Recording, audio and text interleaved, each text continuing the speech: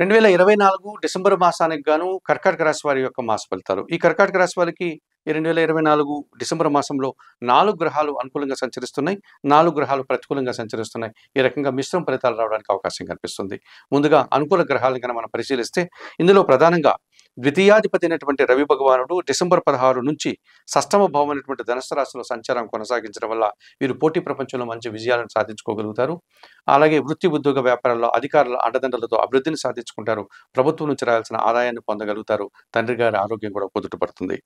ఇక షష్టమ భాగ్యాధిపతి అయినటువంటి గురువు లాభభావం అయినటువంటి వృషభ రాశిలో వక్రించి దశమ భావాన్ని చూడడం వల్ల వీరికి గురుబలం కూడా 50% ఉండేటువంటి వాతావరణం కర్కాటక రాశి వారికి కనిపిస్తుంది.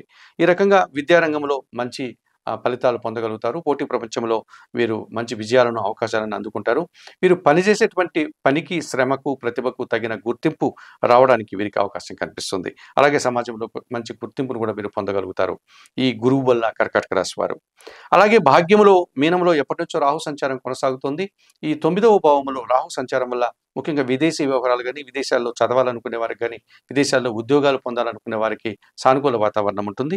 తండ్రి గారి ఆరోగ్యం విషయంలో కూడా కాస్త కుదుటపడేటువంటి పరిస్థితి కనిపిస్తుంది. పూర్వపుణ్యం వల్ల అనుకున్న పనులు వీరు సాధించుకోగలుగుతారు.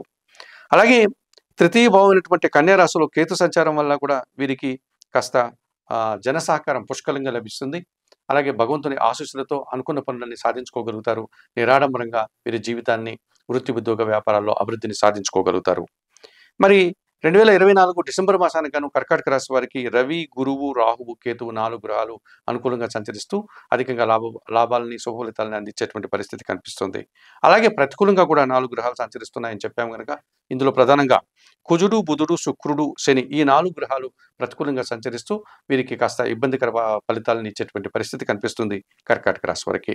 ఈ ప్రతికూలంగా సంచరించేటువంటి గ్రహాల పరిశీలనలో భాగంగా ముందుగా పంచమ దశమాధిపతి అయినటువంటి కుజుడు జన్మరాశిలో అనగా కర్కాటక రాశిలో ఈ నెలంతా కూడా ఆయన వక్రించి ఉండడం వల్ల వీరికి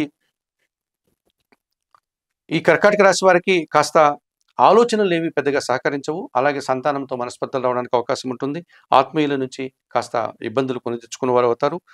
అలాగే వృత్తి, ఉద్యోగ, వ్యాపారాల్లో ప్రయాణాలు తద్వారా ఏర్పడేటువంటి శ్రమ, అలసట అధికమవుతుంది. ముఖ్యంగా వాహనాలు, భూముల నుంచి కూడా కాస్త ప్రతికూల ఫలితాలను వీరు పొందగలుగుతారు. ఇక తృతీయ వ్యయాధిపతి అయినటువంటి బుధుడు పంచమ భావంలో వృశ్చిక రాశిలో సంచారం కొనసాగిస్తున్నాడు కనుక జన సహకార లోపం కొంతమంది విషయంలో స్పష్టంగా కనిపిస్తుంది.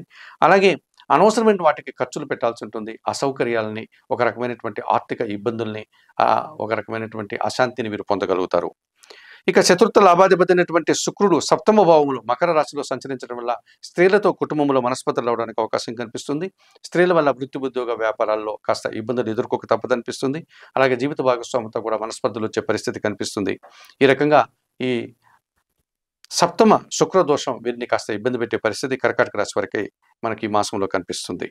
ఇక అష్టమాధిపతి అయినటువంటి శని భగవానుడు అష్టమ భావంలో కుంభరాశిలో సంచరిస్తున్నాడు.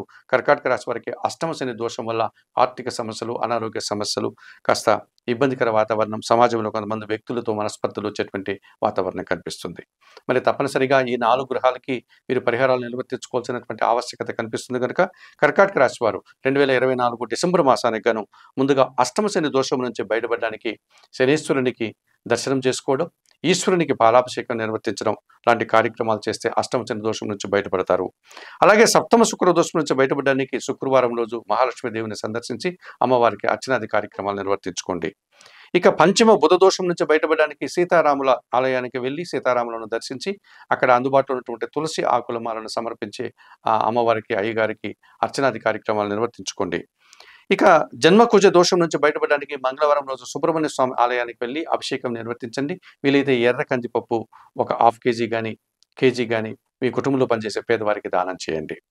మరి 2024 డిసెంబర్ నెలలో ఈ కర్కాటక రాశి వారు చెప్పిన విషయాలని స్వీకరిస్తూ పరిహారాలు పాటిస్తూ సుప్రభాతం ఛానల్ పెంచుకున్నట్టు మీరందరూ కూడా ఆయురారోగ్యాలతో ఆర్థిక అభివృద్ధిని పొందాలని మనస్ఫూర్తిగా కోరుకుంటూ సర్వే జనా సుఖినో భవంతు. నమస్కారం.